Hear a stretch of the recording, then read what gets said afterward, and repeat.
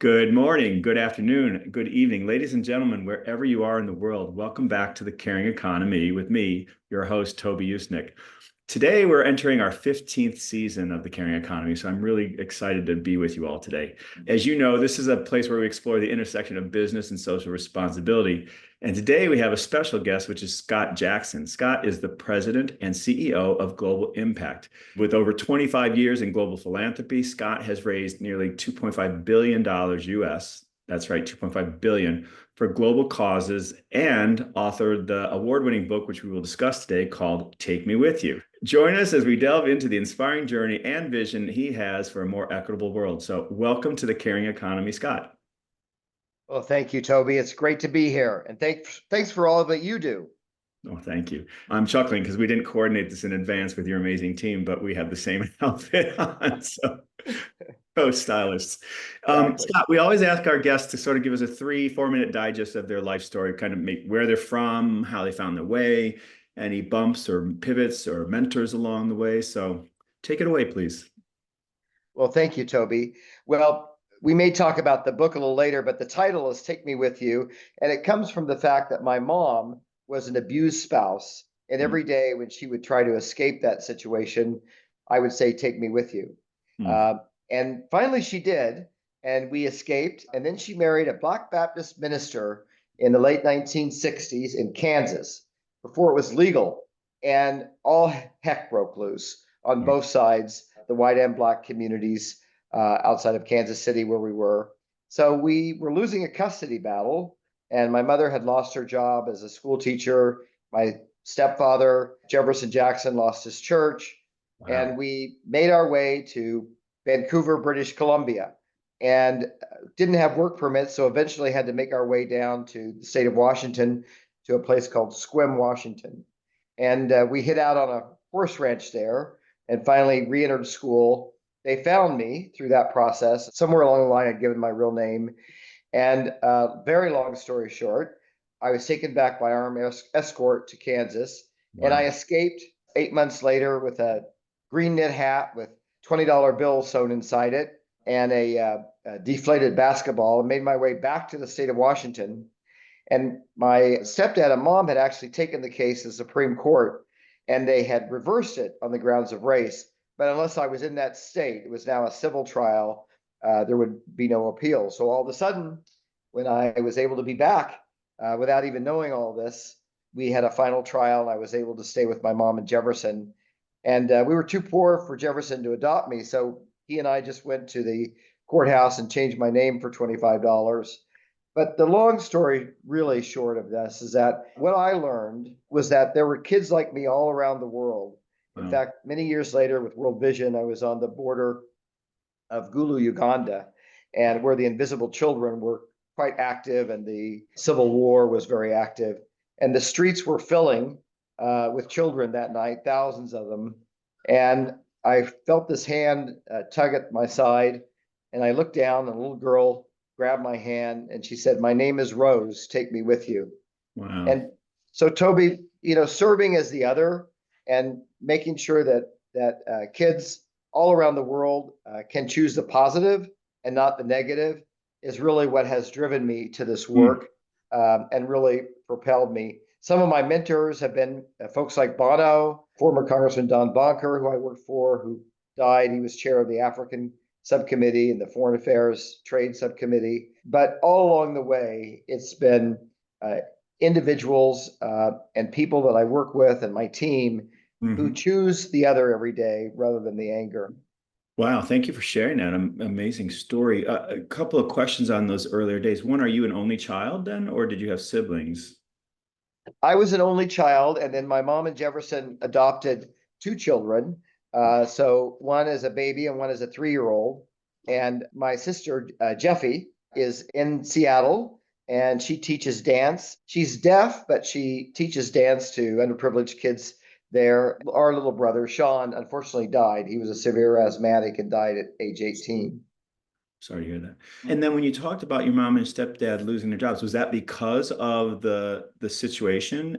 And Yes. It was clear racism and fear. Wow. You were so young then, but do you have any visual recollections of what it was like to be in that situation at that age? Yes, and we escaped and ran away, and all that happened between age 10 and 12. But essentially, Jefferson was really a Martin Luther King Jr. type figure with only an eighth grade education. But he had such a love of people that regardless of kind of the surface hatred or anxiety or anxiousness that people would have around my mom and Jefferson, they kind of melted. So I experienced not only the prejudice, but I experienced the love, if you will. Wow. And then the other question is just sort of more tactically, if you will. So you finish your elementary, your primary and secondary school. So build a little bit of that in between. So where you went from high school to your early career, because there was a lot that happened. Yeah. So I went to Sequim High School, Sequim, up on the border, the Olympic Peninsula with Canada, which is where we lived. And education and educators were amazing to me. They were some of the other people in my lives. So I was student body president. I was doing well in school, all of that. And I was very young. I was 15 when I was a senior. And my mother pushed me to apply for a Rotary exchange student scholarship. And I said, I'll only do that if I can do it at the end of the school year. I'm, hoping to get my first date. I'm student body president, life is good. Well, The big man on campus. exactly. So we got a letter just before Christmas, and it said you've been accepted, but you have to be there beginning of January for the school year in New Zealand. So anyway, my teacher said you got to do it, and they made sure I could take all the exams and graduate early, and off I went to New Zealand, and that was kind of my first global experience. I lived with a Maori family, and so understanding, again, that people are going through the same things all around the world at a young age was really impactful on me. Yeah. Ironically, I'll adjust my camera. I'm wearing my shirt is from a museum, the Oh, Maori Museum in Auckland, yes, 2 years fantastic. ago, and it's a bunch of women artists who do weaving. So the back has all the sites they Oh, did around the world. But it's so I love it. I coincidental love it. that we're talking Maori. Wow, what a great story. I also had applied for a Rotary Fellowship when I was in high school, and there was infighting, so I didn't get to go anywhere. No one went that year, so I saved my money at McDonald's and bought a Eurail pass and a ticket on Laker Express, which was the first discount airline transatlantic Wow. travel. And I spent 2 months as a junior in high school backpacking as my sort of substitute for what you were able to Yeah. experience, which is life changing, right? Once you live, work, study abroad, you're Yeah. forever changed because you're never fully reconciled in one place, which is a good place to be, I think, in terms of understanding. Would you agree? Absolutely. Yeah. Important for everybody. And the fact that the world is so connected and people do travel now, I think is a big plus as we look at all the challenges around the world. Yeah. So you come back from that experience and then you go on to college and career. Yeah, I was a finalist for a couple of small school, essentially scholarship programs, one at Harvard and one at University of Chicago. But my mom didn't think that we could make up the difference between the scholarship and the total cost. So Hmm. she never sent the final paperwork in. Oh, And instead, she bought a china cabinet with my savings. And so when I got back, she said, "Well, listen, you can go to the junior college, very close by, and then make your way, and then it'll be fine." I said, "No way. I'm going to go to a school that has red bricks and ivy.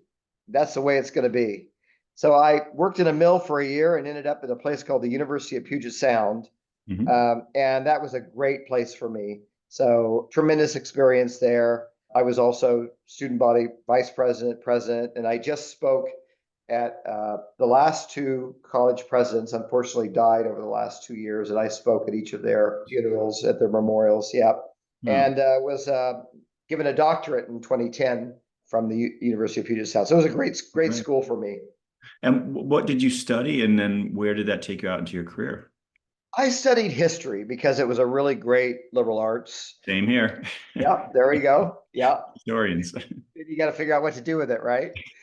But pretty early on, I knew I wanted to be involved with global issues and also with public policy. So my first job was as a lowly staffer for a member of Congress, Don Bonker, Huh? and that took me to DC. And I got to work on international trade issues and stayed with him until actually I was his chief of staff when I left.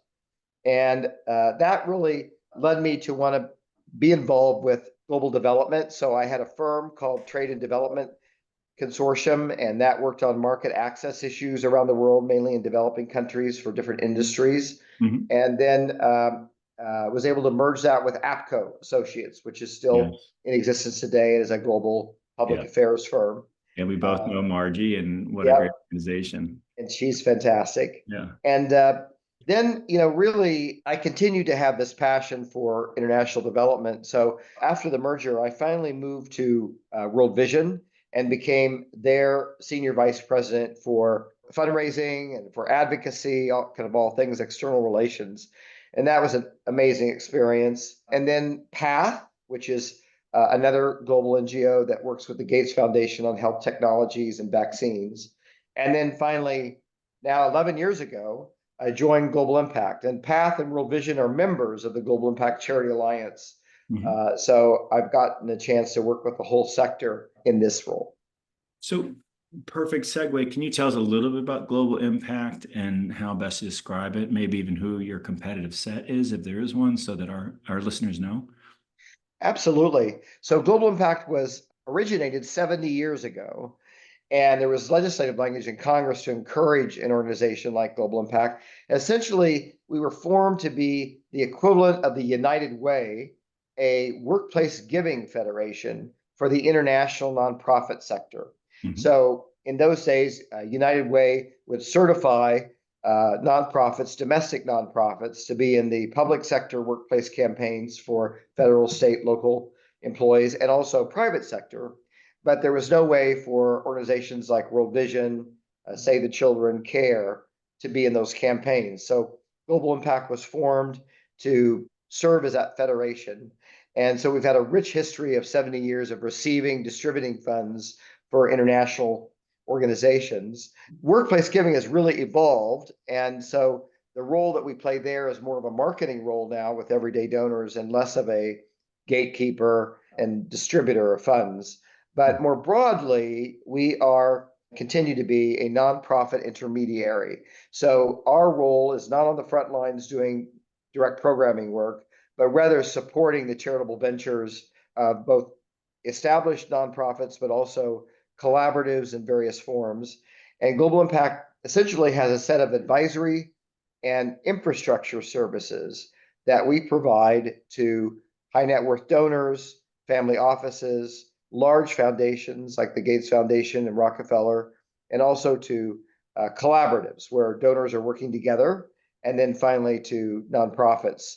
And we do something called fiscal sponsorship, Mhm. which is essentially serving as the nonprofit entity Mhm. for collaboratives and initiatives that don't have their own capability. Uh, Mhm. for example, we were contacted today to do that for some of the communities in North Carolina as a Mhm. result of the hurricane and the devastation there. But essentially, we have about 200 staff, and this past year we did over 300 million in charitable dollars around the world, and we get to support amazing initiatives. So when it was first conceived of 70 years ago, global impact was for the non-US impact, so to speak, and now it's global, including the US, or It was for the US based international corporations. nonprofits. Yeah, Yeah, because nonprofit. they had to be certified Mhm. for workplace giving. And so there was this function of certification and then receiving the funds and distributing the funds to them. And then over time, we distributed funds all over the world. In fact, this last year we did about 120 countries. Wow. Okay, ladies and gentlemen, today on the Caring Economy, we're really happy to have as our guest Scott Jackson, and he is the CEO now for 7 or 8. You said 8 years, 9 years, for 11 years. 11 years. Sorry, congratulations, Global Impact.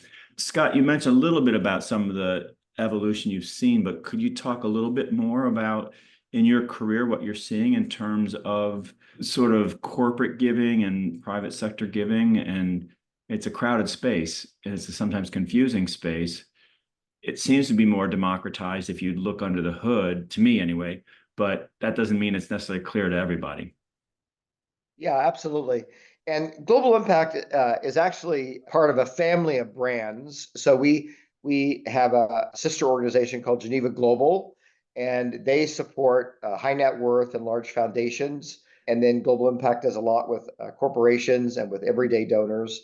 We also have a Global Impact Social Welfare Fund, which is a C4, which is focused on advocacy and movement building. And then finally, we have Global Impact Canada and Global Impact UK and Global Impact Australia. So we have expanded our global reach, and I think that's one of the trends we've seen is that donors are coming together often from different parts of the world and working together. And you didn't see that certainly 10, 15 years ago. Secondly, is I think we've seen the need to have common infrastructure. So common human resources, financial reporting, project management, so that large initiatives can get their funds out and their programs out more quickly, rather than everyone wanting to have their own nonprofit. So we've seen a real surge in donors being willing to work together. And again, I think that's a really important trend and hopefully will continue. We've seen an interesting perspective. Everyday donors, so donors that give less than $1,000, are actually declining each year in the United States. And that should be of concern because they're about 80% of the funding for traditional nonprofits. So traditional nonprofits only get about 20% of their funding from high net worth donors. So it's something to kind of watch for and encourage people to continue to give, continue to volunteer, be engaged. I think it's important for society, but it's also important for the civil society and the nonprofit sector that we're a part of. So how does that foot with the wealth gap, do you think, to theorize? If you think about, apparently now Elon Musk may be our first trillionaire, there is more wealth being created. It is seemingly more divided or bigger gap, but are you seeing the presence of more mega donors or big bucks as the $1,000 donors goes down? Yes. And often it can be tied to the economy, and in terms of high net worth donors. But we definitely have seen an increase in people and the next generation of high net worth donors wanting to not only be philanthropic, but have an impact. So we definitely have seen that an increase in those at the high end of the scale coming into philanthropy. And what about this great wealth transfer that's happening, intergenerational wealth transfer globally, 3 or 4 generations, and what the kids want and care about or value may not be the same as the parents, the grandparents. Does that manifest itself in your Global Impact in ways that you can share? It does. In fact, that's one of the reasons why we have our Global Impact Social Welfare Fund, is that younger generation philanthropists really want to have an impact on an issue. So they no longer want to just be involved with a political candidate in terms of politics, and they no longer want to just be involved with a traditional nonprofit doing services. They may be very involved with nonprofits providing services, but they also want to have an impact on issues, whether it's climate change or democracy. The issues are many-fold, if you will. But that is a big difference, I think, in terms of the next generation of donors. And when you think about the organizations, some of the global brands that you've recognized or acknowledged, like Gates or Hilton, I believe, how do they work with Global Impact? Give us a sense of like the nature of the relationships. Yes. So with the Gates Foundation, we actually have 13 staff through our Geneva Global team who support every day. They actually serve as seconded staff to the Gates Philanthropy team. So the Gates Philanthropy team supports initiatives like Goalkeepers that was just held in New York last week with entrepreneurs around the world looking at the Sustainable Development Goals, the Giving Pledge community. So our job is really to provide support, project management, daily activities, so that that team can be fully engaged with the shared donors and partnerships that they support. Mhm. Um, with Hilton, the Hilton Corporation, we actually support them with employee assistance programs. So one of the things that we find is that, especially during disasters, is that companies have employees who are also affected. And Mhm. so some companies set up employee assistance programs, and we're able to get basically payments out to those families for things that they need as a result of the disaster. Yeah. It's a bizarre side question, maybe, but in terms of employee giving and matching, I know every nonprofit that solicits and receives funds reminds the donor to ask their employer or check our list and see if your employer will match. But how much would you hazard a guess of employees who donate through the corporate programs never exercise that match? Is it half? Is it, I mean, it's probably a huge missed opportunity. It is. About half the matching dollars, which is in the billions, every year go unused. Unbelievable. So matches that are put up by corporations. So it is important for employees to know that that option is available to them. And most Fortune 500 companies have some form of workplace giving program and matching program. Yeah, and the ones I've had the good fortune of working at also make it part of their regular mantra of employee communications and educating, reminding people, this is Yeah. here, this goes unused, right? Take note, listeners. Is Charity Navigator, it's a global rating agency, is the way I think of it, but how do they fit into your orbit? We're a part of Charity Navigator and always get a good rating. We are a bit of an odd nonprofit for Charity Navigator in the sense that we're an intermediary. Mhm. So, we have very low overhead, but our role is quite different. And so, kind of assessing us based on programmatic work is a little bit harder for Charity Navigator. Mhm. But we are big fans of what they do and Candid and the whole infrastructure space, I think, is important and pretty lean and mean for nonprofits. We really play, a very specific role of serving as that back office for, again, initiatives all over the world. Yeah. And so we do have competitors. Many of them are for-profit organizations, a few are nonprofit. But in this space, you can't have too many organizations. There's plenty of room for growth. Yeah. So if people want your help, your guidance on any number of these offerings, how best to be in touch with you and what might you say to them as, how to approach us? Because you do so many things for so many different Yeah, types of yeah, organizations around the absolutely. world. I mean, if you're a individual, high net worth donor, or you're a corporation, or you're a collaborative or a nonprofit, and you're looking for support for fundraising, project management, and what we call fiscal sponsorship, we're a great place to go. Our website's charity.org. So we have a There. fun domain that we've had for many, many years. And it does a great job of kind of letting you know what we're doing by segment and what our teams are capable of. So what's got you optimistic and what's got you pessimistic, either order you want, about the future of civilization? Keep it simple. Yeah. You have to be an optimist to be in this business, but I describe myself sometimes as a bitter optimist. Like I'm pragmatic. But Yes, exactly. what keeps you chugging along, Scott?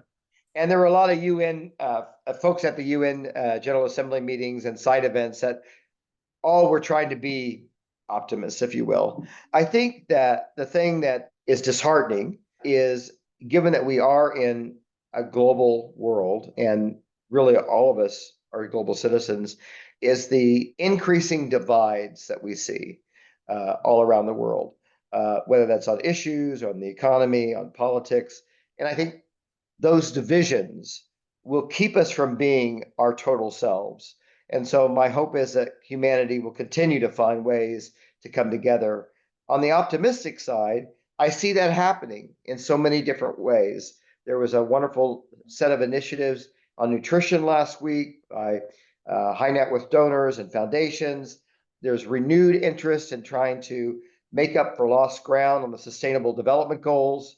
And as a whole, I think that humanity cares for itself more, is taking the climate seriously, and is trying, to make sure that everybody can realize their potential. So it's really the two ends of that spectrum, right? The Mhm. divide, but also hopefully folks coming together. I agree. I also think that we only know what we know. And if you consider some major factors like the determination and drive of young people today and the things that they care about, which are quite different. I mean, I think, for example, race and gender are just not the same issue for an 18-year-old kid today that they may have been for you and I when we were 18, or our families, That's right. particularly your family with the way you were ostracized. The advent of AI and the exponential creativity that happens with that, for better or for worse, and then genetics and stem cell research, the solutions we're getting to all kinds of immunotherapies and all. I just think that we have what it takes, and the youngins in particular, I think, are going to step up and surprise us in ways I'd like to believe, but that doesn't give anyone a pass. No. But I do tend to be optimistic because the alternatives is not an option for me. So, Well, we live in a time in which innovation is not only essential, but is happening happening and all is a around us. reality on both an individual and an organizational level. Yeah. My last question for you is, well, say a little bit more about the book if you want. I think you gave us a nice introduction about how it came about, but what is the gist of the book, and where might we find it? Well, it's still on Amazon.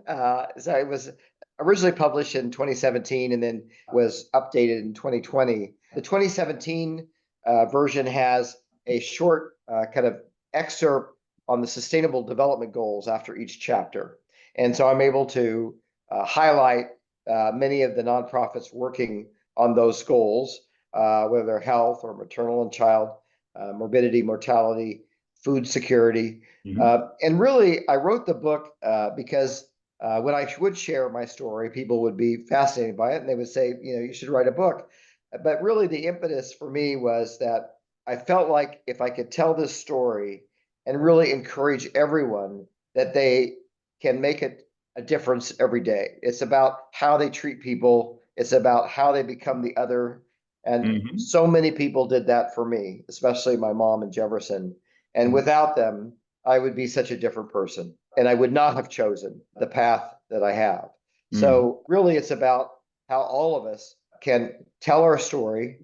We all have one, and how we can use that story to really support others and make sure they realize their potential. Mhm. Yep, and be of service to others. I think that is the only way forward for a fulfilling life and career. Apropos this webcast, quite frankly, I don't know anyone who's a very successful leader who hasn't really gotten that message that we're all here to serve something bigger than ourselves, right? That's right. Yeah. Purpose. And what about your sort of lessons learned in life? Any pearls of wisdom you want to share with our listeners as sort of a final thought? Maybe a mantra that comes out of your mouth pretty regularly. Well, I'm not sure why this comes to my mind, but I do often think that as you have opportunities for leadership and for making a difference, that it's so important to remember that a whisper is a roar.